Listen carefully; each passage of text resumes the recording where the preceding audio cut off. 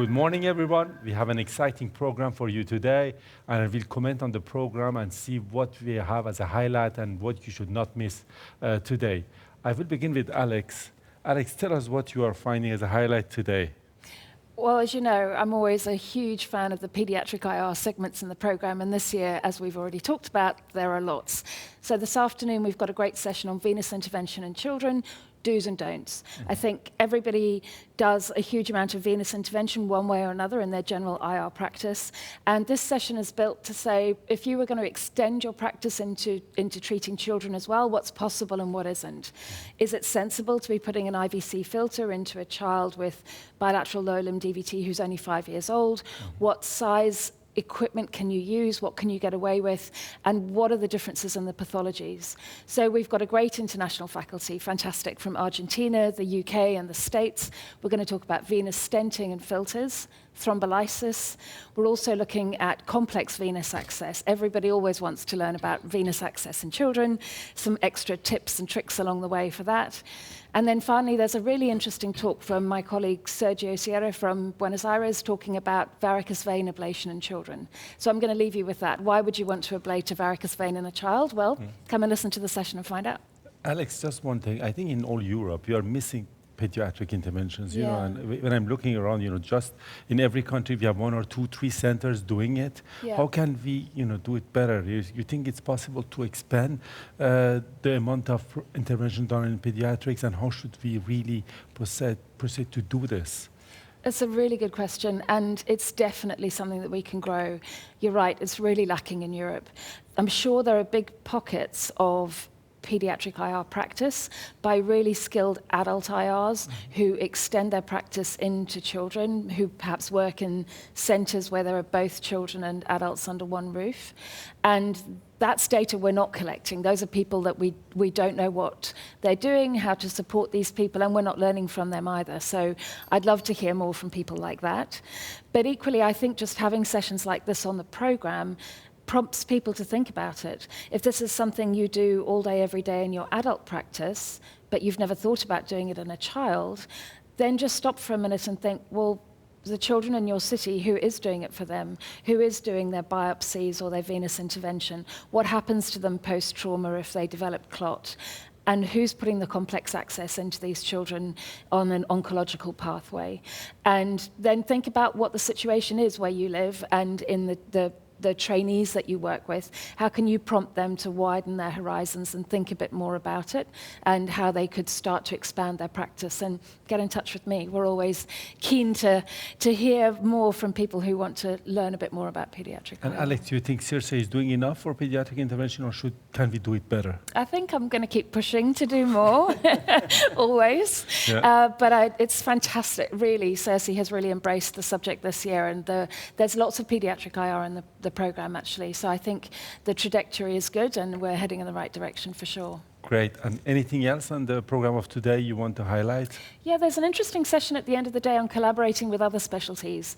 And I love the dynamics around that idea, what we can do to be more collaborative in our approach, and how we can learn from our colleagues as well, what they need from us, as well as what we need from them. So yeah, I think it's going to be a good session. Thank you so much, Alex. We are looking forward to hear all this today. Cool. Very exciting. Thank you. I'm now talking to Adam. Adam, tell us what is the highlight for you today? It will be a lovely program today, and I would like to highlight the 2 video sessions, of course, for which I am responsible. And this is for any level of knowledge, I would say, especially the first one, which is about thermal ablation in thyroid, where you can see also a video about laser ablation and thermal ablation and compare. And then there is another one about liver ablation with microwave. And then there is another one in the afternoon about how we can treat the groin aneurysms, which are quite common. And there will be shown 2 different videos with different approaches, percutaneous and intravascular treatment. And finally, there will be a video, very nice technique about coiling of splenic varices in portal hypertension. If you don't have enough of portal hypertension, I would suggest the focus session, today's focus session about management of portal hypertension. Excellent talks about tips creation, problems with tips, complications, how to manage them, and embolize also the viruses. Adam, how you make this program of video interactive? We hope that there is a lot of audience with many questions to the presenters. We'll be very happy if there is interference from the young, especially from the young interventionalists, because this is more something for the younger people to learn, and they should have questions. It's not just to watch a video, like a film in the afternoon. It shows you something, how to do it. It's educational, and somebody should don't be afraid to ask exactly what he didn't understand, or difference between each technique, and solve all his questions online. So it's not something to keep for yourself and go afterwards and study the literature. The expert is there. Seize the day and ask him. Yeah, I think that's essential, that we have the experts online so they can really ask their question and interact with them. Then we really want this to be very, very interactive and dynamic. I think the video sessions are always a big success. And the quality of videos are better and better every year. You don't think so? Yes, we planned last year and this year, and we were very fortunate that we got over 50 videos from all over the world, and we had to choose, unfortunately, not so many. But we thought we will start with getting a general idea about each one, each intervention we apply, and every year we will try to cover more and more all fields of interventional radiology. So we will apply next month or in November for new videos, and I hope that experts around the world will be so kind and think about it and send us proposals for new videos. And up to now they have done excellent work, and it's high quality videos. They are quite demanding, but the office has done an excellent work, because you must think about it. They check every second of the video that the name of the patient is not there, that nobody is talking around. They are doing it very professional, and they are checking if all restrictions or regulations are kept. Yes, are respected, and the final result, I think, it's very good. What I like in your program is that we are missing some activities like pediatrics that we are insisting on that we have to expand, like thyroid. Thyroid is, again, something expanding very fast now in Europe. Yes, I think it's moving forward.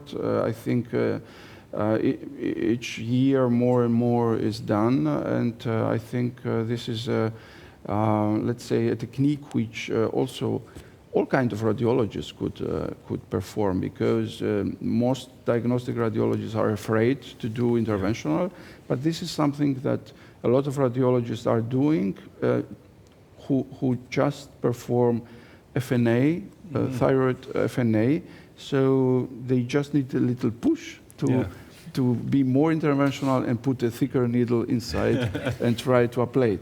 So most of the presenters are not the general interventionalists we all know, but they are pure diagnostic radiologists who are doing a little more intervention. So this is something also for the general interventional, for the general radiologists to get the courage and perform it. I think that's a very important point. You are telling that many people are doing intervention just part-time, and we need to push them to do more and to encourage them to do more, and we are behind them. Any complication, if it's something major, we are behind, we can help, but we need all the diagnostic radiologists who are doing thyroid or anything else that to do a little bit more. I think this is a field of glory for every radiologist. Good. Thank you so much, Adam. It was very clear. We are looking forward. Now I'm turning to Florian. Florian, happy to have you with us. Tell us the highlight of today for you. For me, always the amazing intervention session is so great, because I think everybody of us has in his career an amazing intervention that you will never forget in your life, and it tells you every day why you do this amazing job. And in this session, chaired by Thomas Hellberger, we will have 6 amazing interventions. There will be 2 oncological interventions and 4 vascular interventions. For example, we have 2 great aortic cases from titans of IR, from Dr. Rufino and Dr. Rousseau, talking about stent grafting and false lumen stent grafting, aortic dissection. So really complex and nice cases, I think. And on the other hand, we also have we have talks about metastatic disease, for example, from Tobias Jacobs. Very important, the collaboration between the surgery and the IO, really to do the best, to have the best result for the patient. I think that's essential. We tell in France, we say 4 hands interventions. It's becoming more and more common, Florian, not to have different specialists around the patient. Definitely, in our center, we do this very intensive, together with our liver surgeon, for example.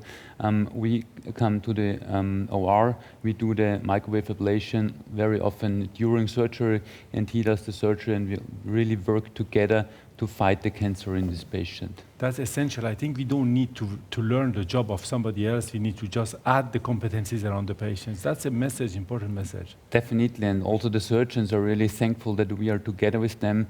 We have the power of imaging behind us, and we have the power of the techniques we can offer them to help to do the best for the patient. Definitely. I think this is, for the amazing intervention, is essential message to say, we need to put everything around the patients. And how about, putting the surgeon in our environment, to bring them with us in our intervention rooms? What do you think about this? Bring them to our environment of NGO and working with better machines than in OR. Definitely, we have to take a little care of, because if we show them how nice it is to work in really great interventional radiology room, perhaps they want to do it for themselves in such great rooms.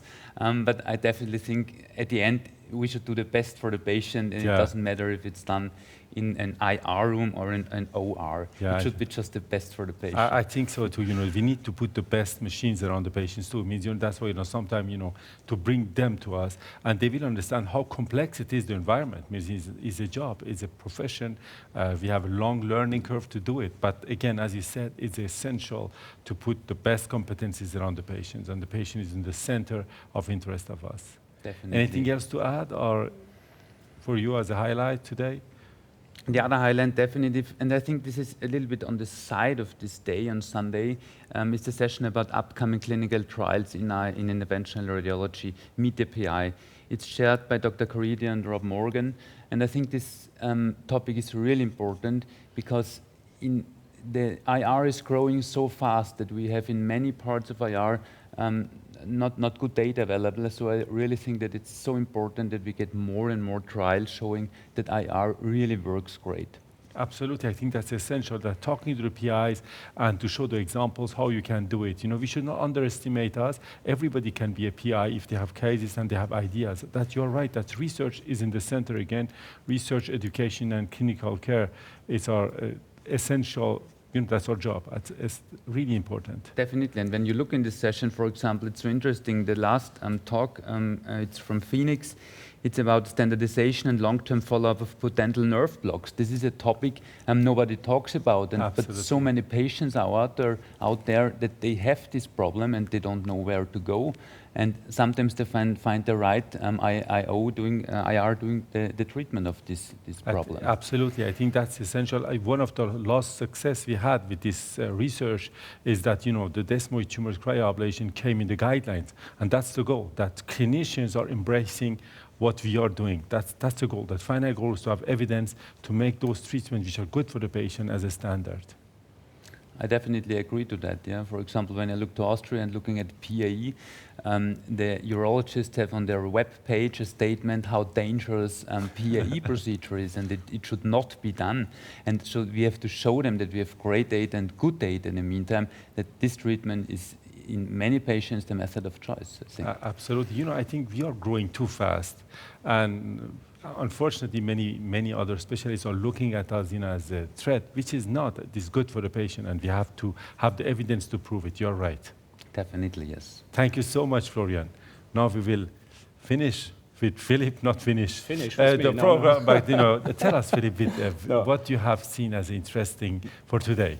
Oh, I have some notices because so many sessions are interesting, so but I cannot read it. So just one point: the research, as you say, Florian and Afshin is quite important, and your words, everybody can be a PI, and we have now this contract organization, research organization, the Next Research, that can definitely help you if you have a research project, that you can address your research idea to CIRSE. To CIRSE. You have the organization for this. And now we have the organization for that. It's an incredible infrastructure to perform studies. Yeah, we have invested a lot in CIRSE in research. Yeah, absolutely, the last years. Yeah. And wanted to take this small embassy for all of you interventional radiologists. Absolutely.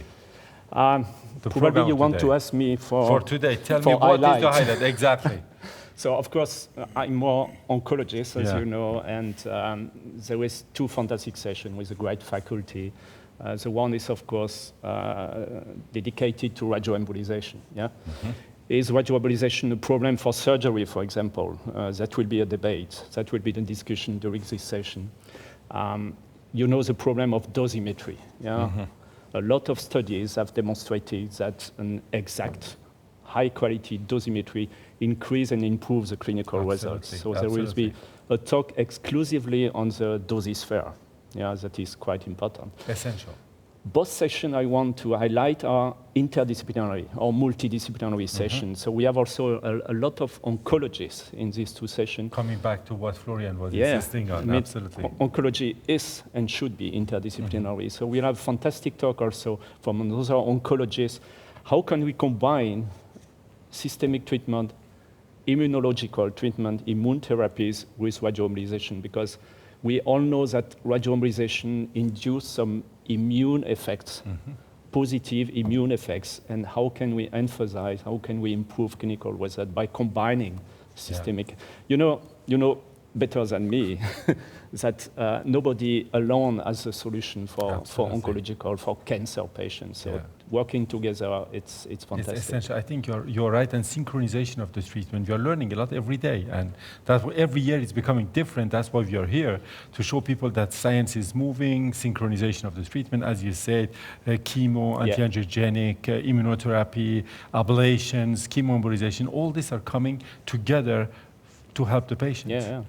And of course, don't forget the fantastic session about combination of interventional IO for IO. What is that IO? Yeah. We are fighting a little bit with the terminology IO. Is that immuno-oncology or is that interventional oncology? Of course, it's interventional oncology. Of course, it's both, you know, but not for the oncology. So let us work together, and let me say, the new generation of oncologists are convinced that combining IO with IO, what you want to interpret with IO, is a solution. We'll have a couple of fantastic talks from the basic of IO with IO to the combination. And the last talk of the session is focusing on a more practical aspect.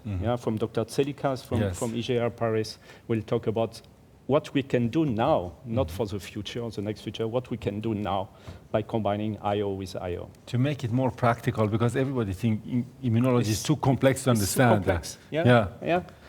To be honest, I have to take notice. I think you're not the only one. We are all the same way, because it's, even oncologists, when you're asking them precise questions, they don't know. Means, you know, we are all learning together. That's essential. That's why such a session is important. When you say learning, as I say, interventional oncologists should know also interventional radiologists for oncology or interventional oncologists should know, say, what is CTL4, what is PD-L1, etc. Exactly. Absolutely. That's what you're talking about, to make it more understandable and accessible to everyone. And again, as you said, what we want is interaction, and people should ask questions and directly interact with the expert. That's what we want in CIRSE, in interaction and real-life questions. Yeah. It is not what it is because it is a digital meeting that you cannot ask. You can ask, you can ask your question. You can also, of course, because there is so many sessions parallel that are interesting. All sessions will be online after and on demand, so you can look after on the other session. We have Adam with us here, the co-chair of the program. Alex was telling that we need even more pediatrics. What is your wish? What we can add even more on the program for next year? And I think you have a lot of wishes. You have too many wishes. make one or two. As you know, I'm focusing on research. We have fantastic topic on research. We can focus on everything. Our discipline is so fantastic that we have so many points. But we are very lucky. The research is important. We have to bring clinical evidences. Exactly. That means first that oncologists and surgeons, etc., will show that we are convinced that our therapy is good therapy, and they will also very how can I say approve our willingness to get clinical evidence. Absolutely. So that's 2 points that are important, and I think we have to connect more with the patients too. That should be my question, because I think many specialists are direct connection with the patient association, things like this. When we have evidence, once we have them, we need to connect directly to the patients. What do you think? Yeah. Evidence is good. Of course, the first step is the connection to the patient. And to be honest, a patient with a cancer, go to the oncologist. A patient with a kidney cancer, go to the urologist. A patient with a lung metastasis, go to the thoracic surgeon. But these are all diseases we can also treat. If you have a well connection, as you say, with the other disciplines, it will not be a problem that you will have this patient also to discuss interdisciplinary.